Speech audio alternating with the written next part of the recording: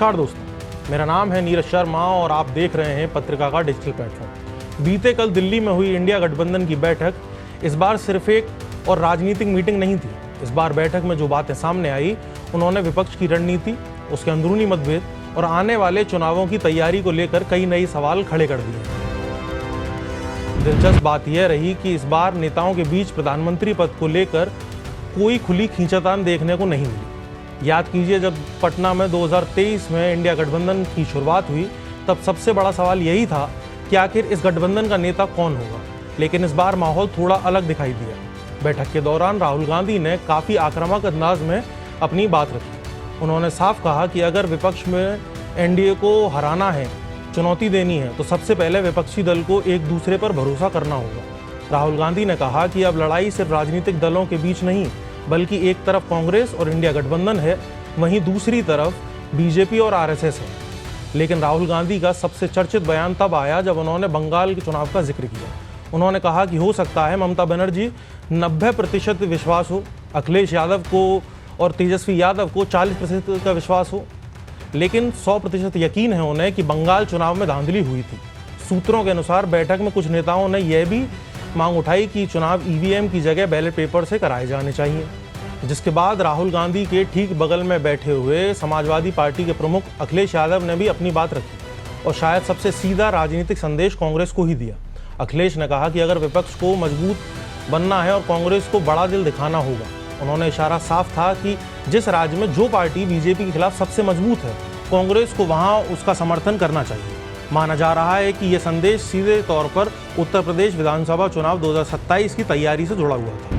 अखिलेश ने उन नेताओं का भी समर्थन किया जिन्होंने कांग्रेस के कुछ हालिया गठबंधन फैसलों की आलोचना की थी। यानी मंच पर एकता की बातें जरूर हुई, लेकिन अंदर ही अंदर सीटों और नेतृत्व को लेकर संदेश भी दिए गए।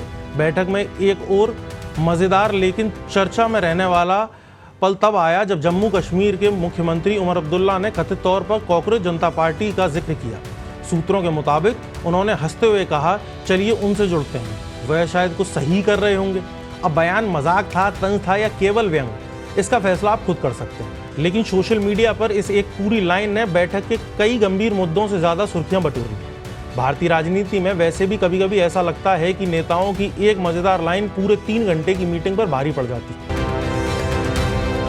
हालांकि उमर अब्दुल्ला ने एक गंभीर बात भी कही। उन्होंने कहा कि गठबंधन में सभी दलों को यह स्वीकार करना होगा कि कांग्रेस वह गोंद है जिसे पूरे गठबंधन को जोड़े हुआ है।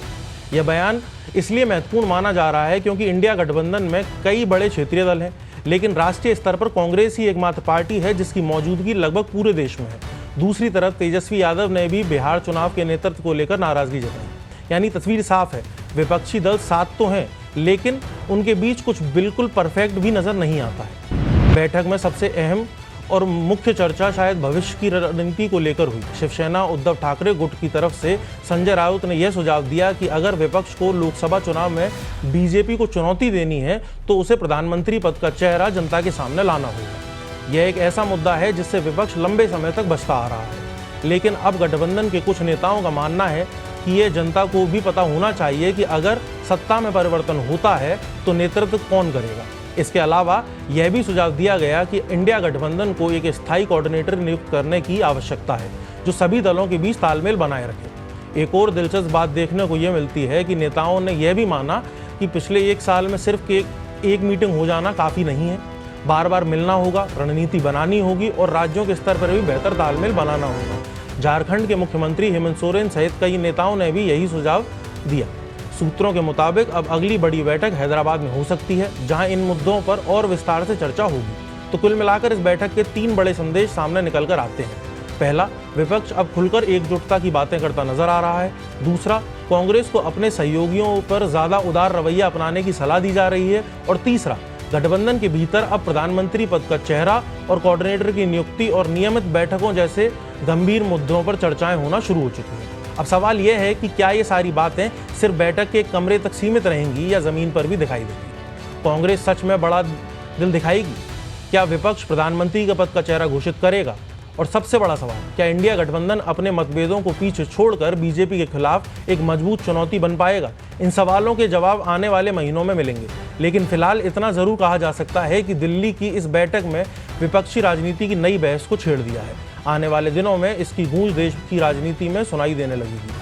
आप अपनी राय हमें कमेंट बॉक्स में जरूर बताएं और तब तक के लिए बने रहें पत्रिका के साथ। धन्यवाद। देश दुनिया की ताजा खबरें और वीडियोस के लिए अभी डाउनलोड करें पत्रिका ऐप।